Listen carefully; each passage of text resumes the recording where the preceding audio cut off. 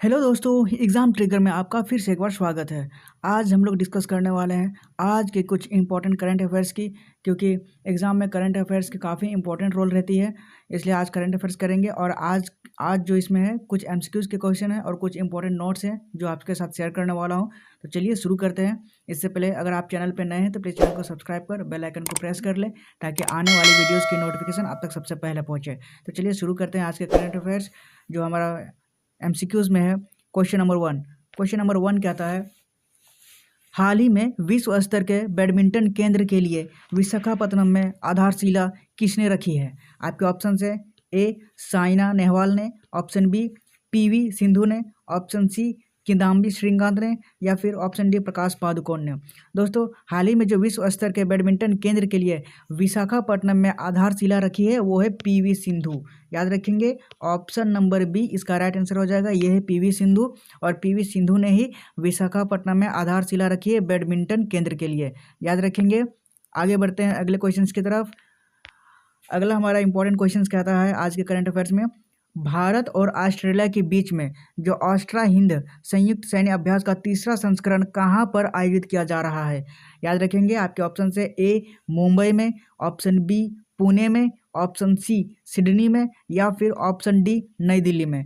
दोस्तों, भारत और ऑस्ट्रेलिया जो इसके बीच में जो एक संयुक्त सैन्य अभ्यास है ऑस्ट्रा हिंद, ये कहाँ पर आयोजित किया जा रहा है? वो महाराष्ट्र में आयोजित किया जा रहा है, पुणे में। याद रखेंगे, पुणे महाराष्ट्र में आयोजित किया जा रहा है। ऑप्शन नंबर बी इसका राइट आंसर हो जाएगा। ये पिक्चर में देख लीजिए, India Australia launch joint military drill AustraHind in Maharashtra में ये संयुक्त सैन्य अभ्यास किया जा रहा है। याद रखेंगे।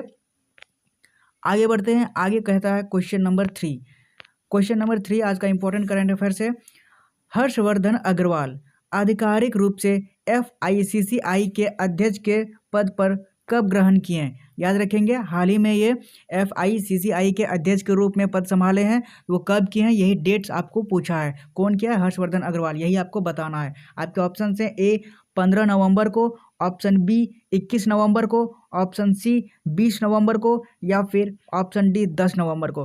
दोस्तों, हर्षवर्धन अग्रवाल जो है वो 21 नवंबर को अपना पद ग्रहण किए हैं। ऑप्शन नंबर बी इसका राइट आंसर हो जाएगा। ये है हर्षवर्धन अग्रवाल जो कि 21 नवंबर पर FICCI के अध्यक्ष के रूप में पद संभाल रहे हैं। याद रखेंगे, इंपॉर्टेंट क्वेश्चन है, सारे के सारे इंपॉर्टेंट क्वेश्चन मैंने खोज के लाए हैं।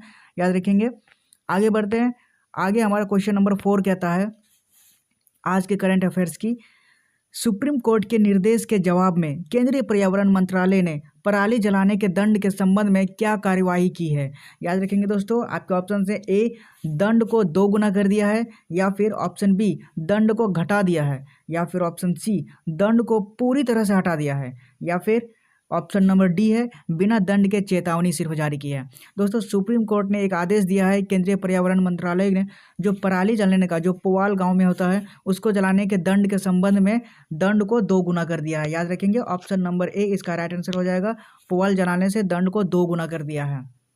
सुप्रीम कोर्ट का आदेश है ये। याद रखेंगे, क्वेश्चन नंबर 4 का right answer option number A है। आगे बढ़ते हैं। क्वेश्चन नंबर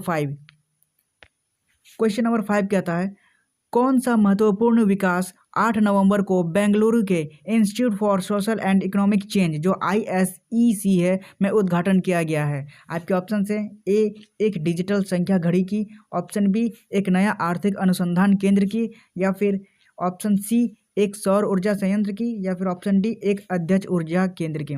दोस्तों, 8 नवंबर को जो बेंगलुरु के institute for social economic change में जो एक उद्घाटन किया गया है वो है एक पॉपुलेशन जांचने वाली एक घड़ी, यानी ऑप्शन नंबर ए इसका राइट आंसर हो जाएगा। एक डिजिटल जनसंख्या घड़ी है जो पॉपुलेशन को नापती है, वो एक घड़ी बनाई है बेंगलुरु इंस्टीट्यूट में। याद रखेंगे, ऑप्शन नंबर ए इसका राइट आंसर हो जाएगा। एक डिजिटल जनसंख्या घड़ी, यही पूछा जाता है करंट अफेयर्स में। याद रखेंगे। आगे बढ़ते हैं। क्वेश्चन नंबर 6 है, विश्व गोद लेने के दिवस का उद्देश्य क्या है? आपके ऑप्शन से ए पालक देखभाल के महत्व पर जोर देना है, ऑप्शन बी गोद लेने के प्रभाव के बारे में जागरूकता को बढ़ाना है, ऑप्शन सी अंतर्राष्ट्रीय गोद लेने को बढ़ावा देना अनाथ बच्चों की, या फिर संख्या को कम करना है। याद रखेंगे, विश्व गोद लेने का दिवस का जो उद्देश्य है वो है गोद लेने के प्रभाव के बारे में जागरूकता को बढ़ाना है। याद रखेंगे, ऑप्शन नंबर बी इसका राइट आंसर हो जाएगा। गोद लेने के प्रभाव के बारे में जागरूकता को बढ़ाना है। आगे हमारा क्वेश्चन कहता है क्वेश्चन नंबर 7 में है, कौन सा संगठन 2001 से विज्ञान और विकास के लिए विश्व विज्ञान दिवस का आयोजन कर रहा है? आपके ऑप्शन हैं, ए संयुक्त राष्ट्र ने, ऑप्शन बी यूनेस्को ने, ऑप्शन सी यूनिसेफ ने, या फिर ऑप्शन डी विश्व बैंक ने। दोस्तों 2001 से जो विज्ञान और विकास के लिए विश्व विज्ञान दिवस का आयोजन कर रहा है वो है यूनेस्को। याद रखेंगे, ऑप्शन नंबर बी इसका राइट आंसर हो जाएगा।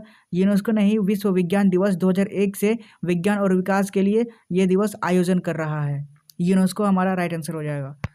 आगे क्वेश्चन नंबर 8 के करंट अफेयर्स में कहता है, विज्ञान और शांति का जो अंतर्राष्ट्रीय सप्ताह कब से मनाया जा रहा है? आपके ऑप्शन हैं, ए 1980 से, ऑप्शन बी 1986 से, ऑप्शन सी 1992 से, या फिर ऑप्शन डी 1990 से। दोस्तों विज्ञान और शांति का जो अंतर्राष्ट्रीय सप्ताह है वो मनाया जा रहा है 1986 से। याद रखेंगे, ऑप्शन नंबर बी इसका राइट आंसर हो जाएगा। 1986 से विज्ञान और शांति का जो अंतर्राष्ट्रीय सप्ताह है वो मनाया जा रहा है। याद रखेंगे, करंट अफेयर्स में ये सारे के सारे इंपॉर्टेंट क्वेश्चन है। आगे बढ़ते हैं। आगे हमारा क्वेश्चन है क्वेश्चन नंबर 9। क्वेश्चन नंबर 9 कहता है, विज्ञान और शांति का अंतर्राष्ट्रीय सप्ताह जो IWOSP है किस घटना को समर्पित है? आपके ऑप्शन हैं, ए युद्ध में तकनीक की भूमिका से, ऑप्शन बी वैश्विक शांति और सहयोग में विज्ञान का योगदान से, ऑप्शन सी कृत्रिम बुद्धिमत्ता में प्रगति से, या फिर ऑप्शन डी पर्यावरण संरक्षण में नवाचार से। दोस्तों विज्ञान और शांति का जो अंतर्राष्ट्रीय सप्ताह है वो किस घटना को समर्पित है? तो वैश्विक शांति और सहयोग में विज्ञान का योगदान से समर्पित है। याद रखेंगे, ऑप्शन नंबर बी इसका राइट आंसर हो जाएगा। आगे बढ़ते हैं। आगे क्वेश्चन नंबर 10 आज के करंट अफेयर्स की। आज के करंट अफेयर्स के क्वेश्चन नंबर 10 कहते हैं, हाल ही में मोहम्मद नबी ने एक दिवसीय क्रिकेट से कब संन्यास लेने की घोषणा की है? आपके ऑप्शन से, ए 2025 के ICC चैंपियंस ट्रॉफी के बाद, या फिर ऑप्शन बी 2024 के एशिया कप के बाद, या फिर ऑप्शन सी 2025 के T20 विश्व कप के बाद, या फिर ऑप्शन डी 2026 के ICC चैंपियंस ट्रॉफी के बाद। दोस्तों मोहम्मद नबी एक अफगानिस्तान के खिलाड़ी हैं और वो एक दिवसीय क्रिकेट से संन्यास लेने की घोषणा कर दी है। और वो संन्यास कब लेंगे? तो 2025 के ICC चैंपियंस ट्रॉफी के बाद। याद रखेंगे, ऑप्शन नंबर ए इसका राइट आंसर हो जाएगा। 2025 के ICC चैंपियंस ट्रॉफी के बाद वो संन्यास ले लेंगे। मोहम्मद नबी अफगानिस्तान के ऑलराउंडर बैट्समैन सब हैं। याद रखेंगे। आगे बढ़ते हैं क्वेश्चन नंबर 11। आज के करंट अफेयर्स के क्वेश्चन नंबर 11 कहते हैं, प्रतिवर्ष किस तारीख को अंतर्राष्ट्रीय महिला हिंसा उन्मूलन दिवस कब मनाया जाता है? प्रत्येक वर्ष मनाया जाता है, ये 21 तारीख को मनाया जाता है। आपके ऑप्शन से, ए 23 नवंबर को, ऑप्शन बी 24 नवंबर को, ऑप्शन सी 25 नवंबर को, या फिर ऑप्शन डी 26 नवंबर को। दोस्तों अंतर्राष्ट्रीय महिला हिंसा उन्मूलन दिवस जो है वो प्रत्येक साल मनाया जाता है 25 नवंबर को। याद रखेंगे, ऑप्शन नंबर सी इसका राइट आंसर हो जाएगा। 25 नवंबर को हर साल मनाया जाता है इसी तारीख में। आगे बढ़ते हैं क्वेश्चन नंबर 12। क्वेश्चन नंबर 12 कहता है, किस देश द्वारा प्रधानमंत्री नरेंद्र मोदी को विश्व शांति पुरस्कार देने की घोषणा की गई है? आपके ऑप्शन हैं, ए ब्रिटेन को, ऑप्शन बी अमेरिका को, ऑप्शन सी ऑस्ट्रेलिया द्वारा, या फिर ऑप्शन डी न्यूजीलैंड द्वारा। दोस्तों कौन सा देश है जो प्रधानमंत्री नरेंद्र मोदी को विश्व शांति पुरस्कार देने की घोषणा की है? वो है अमेरिका। याद रखेंगे, अमेरिका ने ही घोषणा की है विश्व शांति पुरस्कार देने की प्रधानमंत्री नरेंद्र मोदी जी को। याद रखेंगे, अमेरिका हमारा राइट आंसर हो जाएगा। विश्व शांति पुरस्कार अमेरिका देश ही देगा प्रधानमंत्री जी को। आगे बढ़ते हैं क्वेश्चन नंबर 13। क्वेश्चन नंबर 13 कहता है, हाल ही में स्कॉट बेसेंट को किस देश का वित्त मंत्री नियुक्त किया गया है? आपके ऑप्शन हैं, ए कनाडा के, ऑप्शन बी फ्रांस के, ऑप्शन सी जर्मनी के, या फिर ऑप्शन डी अमेरिका के। स्कॉट बेसेंट एक फाइनेंस मिनिस्टर है, अभी हाल फिलहाल में बने, वो किस देश के? अमेरिका के बने हैं। याद रखेंगे, ऑप्शन नंबर डी इसका राइट आंसर हो जाएगा। अमेरिका के फाइनेंस मिनिस्टर हाल ही में स्कॉट बेसेंट ने पद ग्रहण किया। याद रखेंगे, यह है स्कॉट बेसेंट। आगे बढ़ते हैं। आगे है क्वेश्चन नंबर 14। आज के करंट अफेयर्स के क्वेश्चन नंबर 14 है, संयुक्त राष्ट्र ने किसे 20 नवंबर को UNFCCC डिजिटल क्लाइमेट एडवाइजरी के ग्लोबल ब्रांड एम्बेसडर चुना है। किसको चुना है? आपके ऑप्शन से ए विराट कोहली को, ऑप्शन बी महेंद्र सिंह धोनी को, ऑप्शन सी पंजाबी गायक शुभ को, या फिर ऑप्शन डी अरिजीत सिंह को। दोस्तों जैसा कि पिक्चर में दिख रहा है ये पंजाबी है, तो पंजाबी गायक शुभ को ही 20 नवंबर को UNFCCC डिजिटल क्लाइमेट एडवाइजरी का ग्लोबल ब्रांड एम्बेसडर चुना गया है। पंजाबी गायक शुभ, याद रखेंगे, नाम इंपॉर्टेंट है आज के करंट अफेयर्स के। आगे बढ़ते हैं क्वेश्चन नंबर 15 आज की। वैश्विक जलवायु परिवर्तन प्रदर्शन सूचकांक 2025 में भारत ने कौन सा स्थान हासिल किया है? ऑप्शन से ए 5वां स्थान, ऑप्शन बी 7वां स्थान, ऑप्शन सी 10वां स्थान, या फिर ऑप्शन डी 15वां स्थान। दोस्तों वैश्विक जलवायु परिवर्तन प्रदर्शन सूचकांक में 2025 में जो भारत का जो स्थान है वो 10वां रैंक है, याद रखेंगे। ऑप्शन नंबर सी इसका राइट आंसर हो जाएगा। वैश्विक जलवायु परिवर्तन प्रदर्शन जो सूचकांक है उसमें 10वां रैंक है हमारे देश भारत का, याद रखेंगे। आगे बढ़ते हैं आज के करंट अफेयर्स के क्वेश्चन नंबर 16 में कहता है हाल ही में कौन सा देश अंतर्राष्ट्रीय सौर गठबंधन का 104वां पूर्ण सदस्य बना है? याद रखेंगे। ऑप्शन से ए यूक्रेन बन गया है, ऑप्शन बी भूटान बन गया है, ऑप्शन सी नेपाल बन गया है, या फिर ऑप्शन डी आर्मेनिया बन गया है। दोस्तों हाल ही में जो देश बना है अंतर्राष्ट्रीय सौर गठबंधन का नया मेंबर आर्मेनिया देश, याद रखेंगे। ऑप्शन नंबर डी इसका राइट आंसर हो जाएगा। आर्मेनिया जो है वो न्यू मेंबर बन गया है अंतर्राष्ट्रीय सौर गठबंधन का, यानी ISA का 104वां सदस्य बन गया है, याद रखेंगे, पूर्ण सदस्य आर्मेनिया देश, याद रखेंगे। आगे बढ़ते हैं आज के करंट अफेयर्स की क्वेश्चन नंबर 17 नंबर कहता है हाल ही में भारत ने किस देश के साथ अपने सीमा पार लेन देन को स्थानीय मुद्रा में निपटाने के लिए समझौता किया है? आपके ऑप्शन से ए मालदीव ने समझौता किया है, या फिर ऑप्शन बी श्रीलंका ने किया है, ऑप्शन सी मंगोलिया ने किया है, या फिर ऑप्शन डी इनमें से कोई नहीं। दोस्तों इसका राइट आंसर मालदीव हो जाएगा। मालदीव नहीं, भारत ने मालदीव देश के साथ अपने सीमा पार लेन देन के साथ स्थानीय मुद्रा को निपटाने के लिए समझौता किया है। भारत ने किस देश के साथ? मालदीव के साथ, याद रखेंगे। आगे बढ़ते हैं आज के करंट अफेयर्स के क्वेश्चन नंबर 18 नंबर कहता है हाल ही में DRDO ने किस तट से भारत के पहली लंबी दूरी की हाइपरसोनिक मिसाइल का उड़ान परीक्षण सफलतापूर्वक कर लिया है? तो वो कौन सा है, कौन से तट पर? आपके ऑप्शन से ए कलपेनी तट पर, ऑप्शन बी मिनिकोय तट पर, ऑप्शन सी ओडिशा तट पर, या फिर ऑप्शन डी गोवा तट पर। दोस्तों DRDO ने जो जिस तट पर भारत की पहली लंबी दूरी यानी हाइपरसोनिक मिसाइल्स का उड़ान का सफलतापूर्वक परीक्षण किया है वो है उड़ीसा तट से, याद रखेंगे। ऑप्शन नंबर सी इसका राइट आंसर हो जाएगा।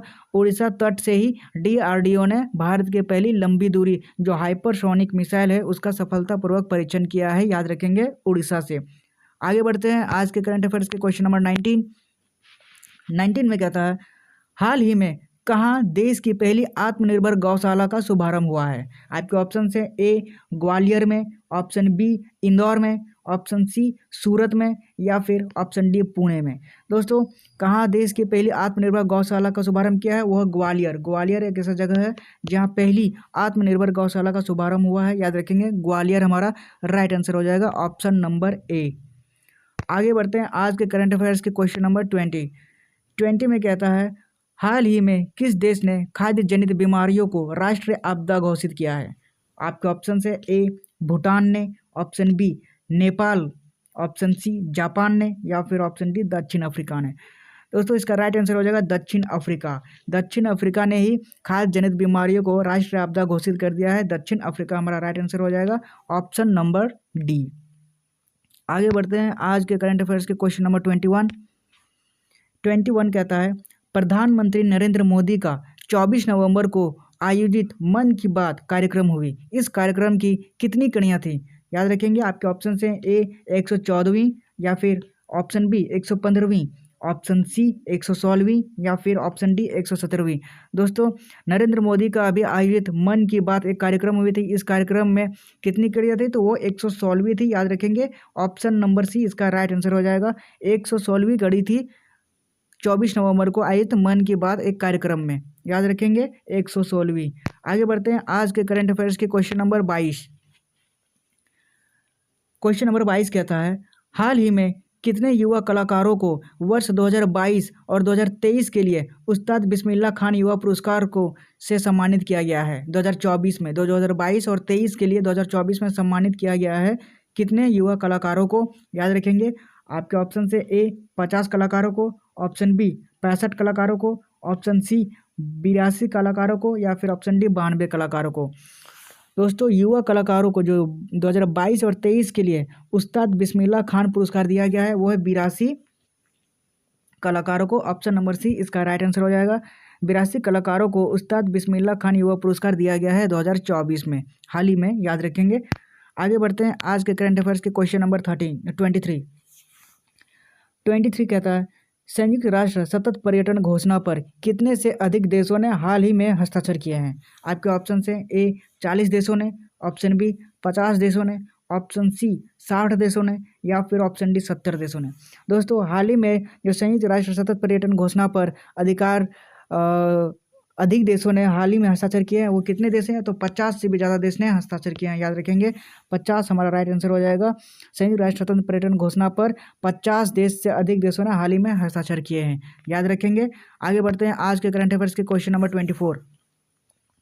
24 में कहता है वर्तमान में भारत वैश्विक स्तर पर कितने स्थान पर सबसे बड़ा सेवा निर्यातक है? आपके ऑप्शन से ए दूसरा, ऑप्शन बी 5वां, ऑप्शन सी 7वां, या फिर ऑप्शन डी 9वां। दोस्तों वर्तमान में जो भारत जो है वैश्विक स्तर पर कितने रैंक पर है, जो सबसे बड़ा सेवा निर्यातक करता है वो 7वें रैंक पे है, याद रखेंगे। ऑप्शन नंबर सी इसका राइट आंसर हो जाएगा। भारत 7वें रैंक में है वैश्विक स्तर पर जो सबसे बड़ा सेवा निर्यातक है। आगे बढ़ते हैं आज के करंट अफेयर्स के हमारा आखिरी क्वेश्चन से, क्वेश्चन नंबर 25। हाल ही में भारतीय सेना ने किस राज्य में मानवीय सहायता एवं आपदा राहत अभ्यास संयुक्त विमोचन 2024 आयोजित किया है? आपके ऑप्शन से ए हरियाणा में, ऑप्शन बी केरल में, ऑप्शन सी महाराष्ट्र में, या फिर ऑप्शन डी गुजरात में। दोस्तों भारतीय सेना ने जिस राज्य में मानवीय सहायता एवं आपदा राहत अभ्यास संयुक्त विमोचन का आयोजित किया है वो है गुजरात। गुजरात राज्य है जिसमें यह अभ्यास किया गया है संयुक्त विमोचन का। गुजरात हमारा राइट आंसर हो जाएगा, ऑप्शन नंबर डी, याद रखेंगे। आगे कुछ एडिशनल इन्फॉर्मेशन है आज के करंट अफेयर्स की, उसको भी जान लेंगे, इग्नोर नहीं करेंगे। आज के करंट अफेयर्स के कुछ पॉइंट्स हैं जैसे कि गुरु तेग बहादुर सिंह ने की पुण्यतिथि 24 नवंबर को मनाई जा रही है जो मानवता और धार्मिक स्वतंत्रता की रक्षा के प्रतीक है, याद रखेंगे, पहला पॉइंट। अगला पॉइंट है एशियाई खेलों के कांस्य पदक विजेता गुलवीर सिंह ने जापान में हैची-ओजी लंबी दूरी की दौड़ में राष्ट्रीय रिकॉर्ड के साथ स्वर्ण पदक जीता है, याद रखेंगे, नाम गुलवीर सिंह। आगे बढ़ते हैं, आगे कुछ पॉइंट्स हैं। कैलाश मकवाना को मध्य प्रदेश का नया डीजीपी नियुक्त किया गया है, 1 दिसंबर 2024 से पदभार संभालेंगे, याद रखेंगे। कैलाश मकवाना मध्य प्रदेश का नया डीजीपी बना है। अगला पॉइंट कहता है महाराष्ट्र विधानसभा चुनाव में महायुति गठबंधन की सरकार की जीत हुई है और जबकि झारखंड में इंडिया गठबंधन से सत्ता बरकरार है, याद रखेंगे। इंपॉर्टेंट पॉइंट्स है आज के करंट अफेयर्स की। आगे है विदेश मंत्री डॉक्टर सुब्रमण्यम जयशंकर को 24 नवंबर से 3 दिन की राजकीय यात्रा पर इटली जा रहे हैं, याद रखेंगे। सारे के सारे इंपॉर्टेंट पॉइंट्स है आज के करंट अफेयर्स की। अगला पॉइंट है यशस्वी जायसवाल ने बॉर्डर गावस्कर ट्रॉफी से पहले मुकाबले में ऑस्ट्रेलिया के खिलाफ शानदार शतक बनाया, याद रखेंगे। यशस्वी जायसवाल नाम पूछा जा सकता है, ऑस्ट्रेलिया के खिलाफ शानदार शतक बनाया बॉर्डर गावस्कर ट्रॉफी में, याद रखेंगे, यशस्वी जायसवाल। आगे हमारा पॉइंट्स कहता है आईपीएल 2025 के लिए नीलामी 24 और 25 नवंबर को सऊदी अरब के जेद्दा में आयोजित की जाएगी, याद रखेंगे। आईपीएल जो 2025 है उसकी नीलामी जो उसका ऑक्शन है वो कहाँ पे आयोजित हो जा रहा है? जेद्दा में किया जा रहा है, याद रखेंगे, 24 और 25 नवंबर को। आगे हमारा पॉइंट्स कहता है भारत और यूरोपीय मुक्त व्यापार संघ EFTA ने इस वर्ष मार्च में एक व्यापार और आर्थिक भागीदारी समझौते पर हस्ताक्षर किए हैं जिससे $100 अरब का निवेश होगा, याद रखेंगे। भारत और EFTA यानी यूरोपीय मुक्त व्यापार संघ $100 अरब का निवेश करने वाले हैं, याद रखेंगे। आगे कुछ इंपॉर्टेंट पॉइंट्स हैं। भूटान के प्रधानमंत्री शेरिंग तोब्गे 24 नवंबर से 3 दिवसीय भारत दौरे पर नई दिल्ली पहुंचे हैं, याद रखेंगे। आज के करंट अफेयर्स की है शेरिंग तोब्गे 24 नवंबर 3 दिवसीय भारत दौरे पर नई दिल्ली पहुंचे हैं। और हमारा आखिरी पॉइंट है आज के केंद्रीय अल्पसंख्यक मामलों के मंत्री किरण रिजिजू ने 23 नवंबर को हज सुविधा ऐप 2.0 का शुभारंभ किया है, याद रखेंगे।